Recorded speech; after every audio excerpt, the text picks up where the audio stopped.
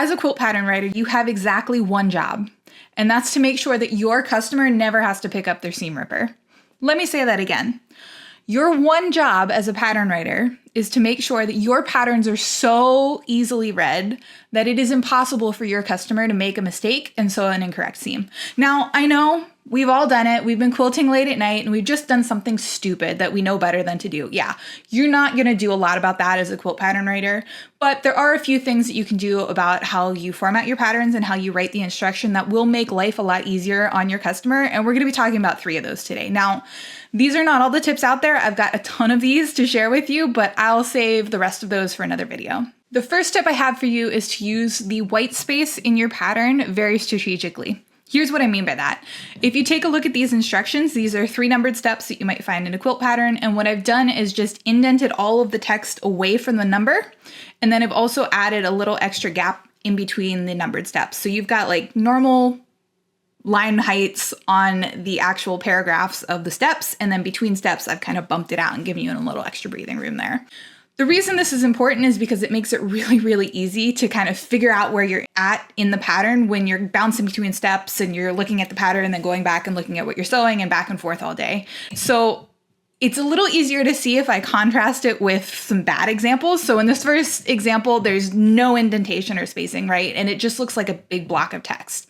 Looks like a big paragraph. It's really hard to see where one step ends and the next one starts. And it's also hard to kind of pick out the numbers for the steps. Option 2 here is a little bit better. Still not great, could be better.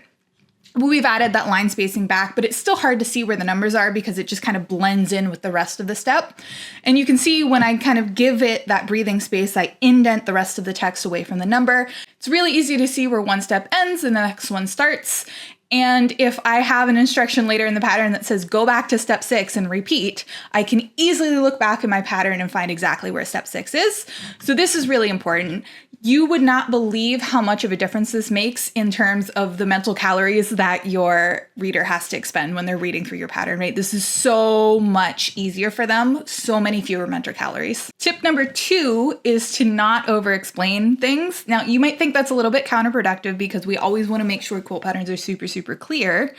But there becomes a point where things just get repetitive if you over-explain too much, and that repetitiveness is just going to cause your reader to just skip right through it. So here's the example that I have for you, and I see this actually pretty frequently in modern quilt patterns these days, where you have, corner units, side units, center units, right? And you've got to sew the first row of the quilt block together, then the second one, and then 1 and 3 are the same, and you sew all the rows together in the end.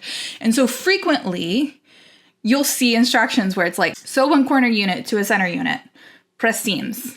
And then there's another instruction where it's like, take that unit and sew another corner unit to it, and then press the seams, right? And then you do that for the middle row and then the third row. And it just, every single step is the same thing. You sew a seam, you press a seam, right? And you could say that about all quilt patterns to some degree, but when it's so monotonous like this, people are just going to start skimming.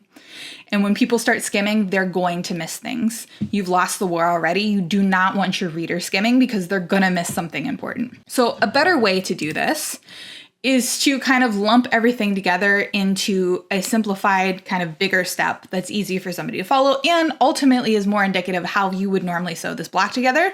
Most quilters are going to take out all of their subunits, lay them out into the finished block, and then start bringing everything together into rows and then sewing those rows together in the finished block. That's more how they're going to sew them in their sewing room anyways. And so lumping it together into one step like this is actually really helpful because it's not repetitive. They're going to have to read the whole step. You've got a really critical diagram in there showing what's happening that they're going to have to look at. And so they're going to spend more time on this step, but they're also going to read all of it, which is really important because, again, the second they start skimming, you've lost the war.